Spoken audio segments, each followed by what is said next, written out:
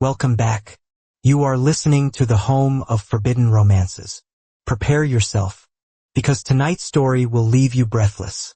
The silenced pistol was still smoking in his hand when the phone rang, the vibration buzzing against the mahogany desk like a frantic heartbeat, cutting through the silence of the room where 3 men lay dead.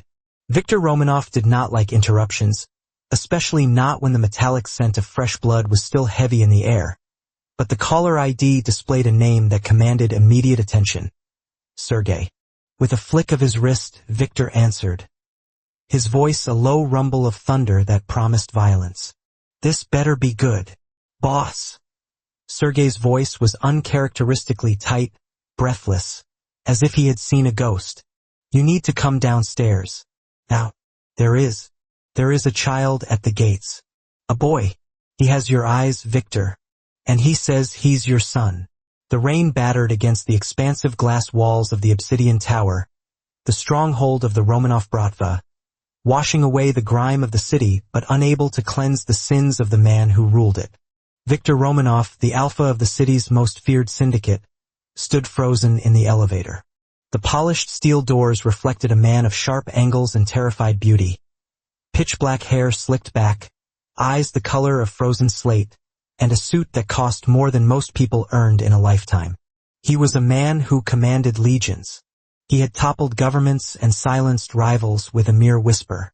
But the sentence Sergei had uttered had paralyzed him more effectively than any neurotoxin. A son. It was impossible. Viktor was careful.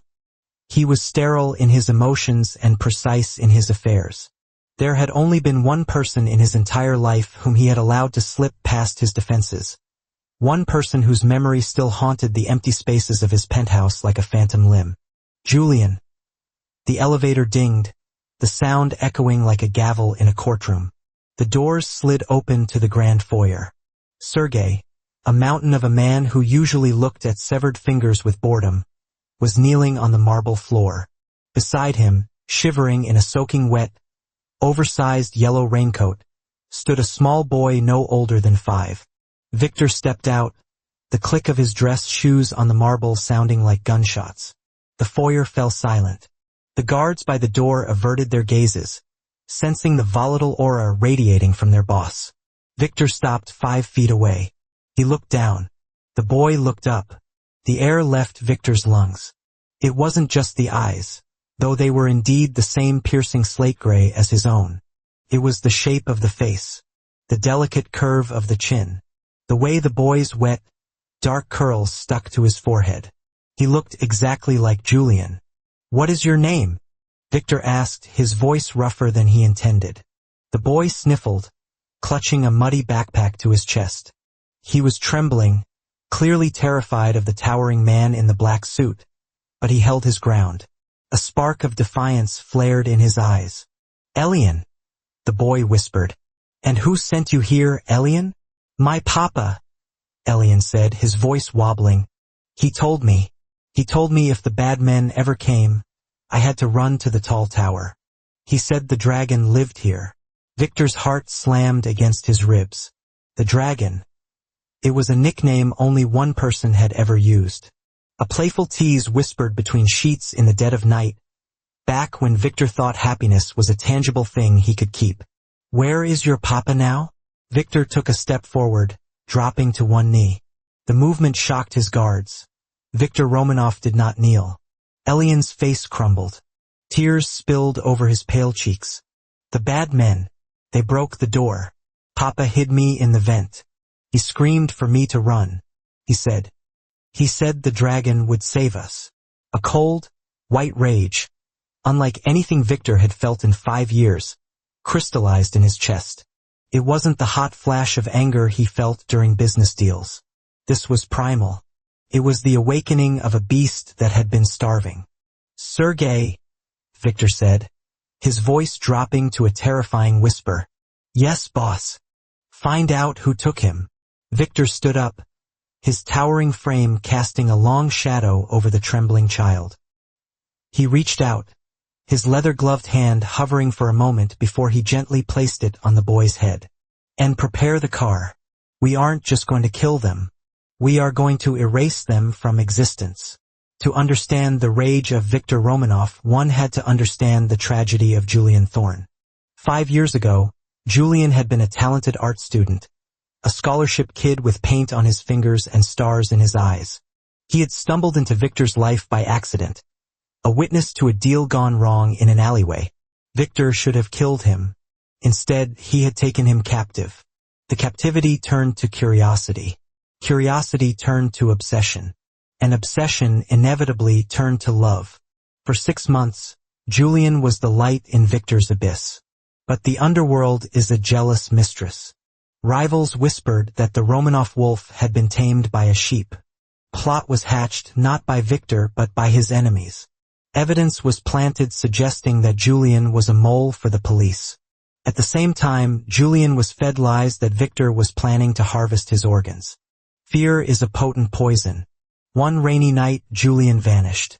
Viktor tore the city apart, but the boy was a ghost. He assumed Julian had died or fled the country. He never suspected that Julian had fled to protect a life growing inside him. Now, sitting in the back of his armored limousine, Viktor watched Elian sleeping fitfully against the leather seat. The boy was exhausted. "We have a location, boss," Sergei said from the front seat, glancing at the rearview mirror. "It's the warehouse district. The Viper clan." Viktor's jaw tightened. The Vipers. Low-level scavengers who dealt in human trafficking and extortion. That they dared to touch what belonged to him was an insult that required blood to wash away. "How many?" Viktor asked. 20. Maybe 30 heat signatures. Viktor checked the magazine of his custom. 45 caliber pistol. Drive. The warehouse smelled of rust, sea salt, and old fish. The rain hammered against the corrugated metal roof, masking the sound of Viktor's men surrounding the perimeter. Viktor didn't wait for a tactical breach. He didn't wait for negotiations. He walked to the front steel doors, placed a shaped charge on the lock, and blew it open. The explosion was the opening note of a symphony of violence. Viktor moved through the smoke like a wraith. 2 guards raised their submachine guns. Viktor put a bullet between the eyes of the first and shattered the kneecap of the second before kicking him into a stack of crates. He didn't stop moving. His movements were fluid, efficient, practiced. He wasn't fighting for territory tonight. He was fighting for the past he thought he had lost. He reached the main floor. In the center of the room, tied to a wooden chair beneath a harsh halogen light, was a figure that made Viktor's world stop. Julian. He was thinner than Viktor remembered. His honey-colored hair was matted with blood, and his face was bruised, one eye swollen shut. His shirt was torn, revealing pale skin marred by the rough ropes. Standing over him was Markov, the leader of the Vipers, holding a knife to Julian's throat. "Stop!" Markov screamed, his voice cracking. He pressed the blade into Julian's skin, drawing a thin line of red. "One more step, Romanov, and I open his throat." Viktor froze. The dozen men behind him lowered their weapons instantly. The silence in the warehouse was deafening, broken only by the drumming rain and Julian's ragged breathing. Julian lifted his head. His good eye found Viktor. There was no hope in that gaze, only resignation and a profound, crushing sadness.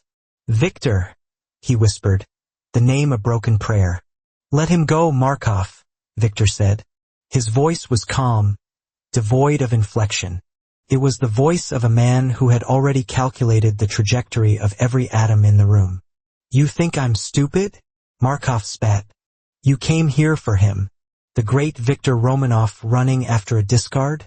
I knew grabbing the kid would flush you out, but the kid got away. No matter. I have the whore." Viktor's eyes narrowed slightly. "You touched my son?" Markov laughed nervously. "Your son? This trash is the mother. I asked you a question." Viktor took a slow step forward. "Did you touch him?" Markov hesitated, sensing the shift in the air pressure. The predator was no longer bargaining. He was hunting. "The boy bit me," Markov snarled. "Little rat. I was going to sell him to the overseas buyers, make a fortune. But now I think I'll just kill this one and watch you cry." Victor, Julian gasped, struggling against the ropes. Don't let them find Elian. Please, he's at the tower. I sent him to you. I know, Victor said softly, his eyes locked on Markov. He is safe. He is sleeping in my car. Julian let out a sob, his body sagging with relief. Thank God. Thank God. Now, Victor said, his gaze hardening. Markov, you have 3 seconds. To surrender? Markov sneered. To pray. Victor didn't raise his gun. Instead, he snapped his fingers. From the skylights high above, glass shattered. 3 red laser dots appeared simultaneously on Markov's chest, head, and hand holding the knife. Snipers. Markov's eyes went wide. He opened his mouth to scream, but the sound was swallowed by the simultaneous crack of 3 high-caliber rounds. The knife clattered to the floor. Markov collapsed backward, a puppet with its strings cut. Victor holstered his gun and sprinted across the distance, skidding to his knees in the blood and dirt before Julian. With a small knife from his boot, he slashed the ropes binding Julian's wrists and ankles. Julian fell forward, and Victor caught him, pulling him into his chest. The contact was electric, a jolt of memory and sensation that nearly brought Victor to his knees. Julian smelled of fear and old rain, but underneath that, he still smelled like vanilla and paint, the scent of home. You came, Julian whispered into Victor's expensive suit, clutching the lapels with trembling, bloody fingers. I thought you would kill me if you saw me again. Victor pulled back, framing Julian's bruised face in his large hands. He wiped a streak of blood from Julian's cheek with his thumb. Why did you run, Julian? Why did you keep him from me? They told me. Julian choked back a sob, wincing as he shifted his battered ribs. They told me you ordered the hit on my brother. They showed me the recordings, Victor. They said if I stayed, you'd kill the baby because you didn't want heirs. Victor closed his eyes, a pained expression crossing his face. Lies. All of it. I found the men who killed your brother 3 days after you left. Their heads are buried in the foundation of the West Bridge. And an heir. Victor pressed his forehead against Julian's. I would have burned the world to keep you both warm. Julian searched Victor's eyes, looking for the monster he had been told about, but finding only the man who had once held him while he slept. The truth settled between them, heavy and undeniable. I'm sorry, Julian wept. I was so scared. Hush. Victor gathered him up into his arms, lifting him as easily as if he were a bride. Julian buried his face in Victor's neck. We are going home. And this time, the doors stay locked from the inside. The recovery was slow. For 3 days, Julian did not leave the master bedroom of the penthouse. The best doctors in the city, men who asked no questions, tended to his ribs and bruises. But the real healing happened in the quiet moments. Victor moved his office into the bedroom. He sat in an armchair by the bed, reading documents while Julian slept, refusing to let him out of his sight. On the 4th day, the rain stopped. Sunlight streamed through the floor-to-ceiling windows. Julian woke up to the sound of giggling. He pushed himself up, wincing slightly, and looked toward the foot of the oversized bed. Victor was sitting on the edge of the mattress. Elian was sitting on Victor's lap. The terrifying MAFIA Don, the man who made grown men wet themselves in fear, was holding a storybook. And then the dragon ate the night. Victor read in a serious, gravelly voice. No, Papa. Elian laughed, swatting Victor's chest. The dragon is nice. He saves the prince. Victor looked up and saw Julian watching them. The look in Victor's eyes was soft, possessive, and infinitely warm. Not all dragons are nice, little wolf, Victor said to the boy, but his eyes never left Julian. Some are very bad, but they can learn to be good, if they have a treasure worth protecting. Elian followed Victor's gaze and gasped. Daddy, you're awake. The boy scrambled off Victor's lap and ran to Julian, burying his face in Julian's stomach. Julian hugged him tight, breathing in the scent of his son's shampoo that Victor must have bought. Victor stood up and walked around the bed. He sat next to Julian, his weight dipping the mattress. He reached out and covered Julian's hand, which was resting on Elian's back. He asked if he could call me Papa, Victor said quietly. I told him he had to ask you first. Julian looked at the man who had saved him. He saw the regret for the lost years, the burning intensity of his love, and the promise of a future where fear had no place. He doesn't have to ask, Julian whispered, lacing his fingers through Victor's. You are his Papa. You always were. Victor leaned in, brushing his lips against Julian's temple. I will never let you go again, Julian. If you try to run, I will find you. If you hide, I will seek you. You are mine. You are both mine. Julian leaned into the touch, closing his eyes. I know. I don't want to run anymore. Good, Victor murmured, moving his hand to cup the back of Julian's neck, his thumb stroking the pulse point. Because we have 5 years of lost time to make up for. And I am a very greedy man. The threat hung in the air, not as a promise of violence, but as a promise of devotion so intense it bordered on madness. And for the first time in 5 years, amidst the luxury of the cage he had willingly returned to, Julian felt free. And that is how the dragon reclaimed his hoard. If you enjoyed seeing Victor burn the world down for his family, destroy that like button. And tell me in the comments. Would you forgive a lover who hunted you down? Or would you keep running? I'll be reading your answers. Subscribe for the next chapter. Until then.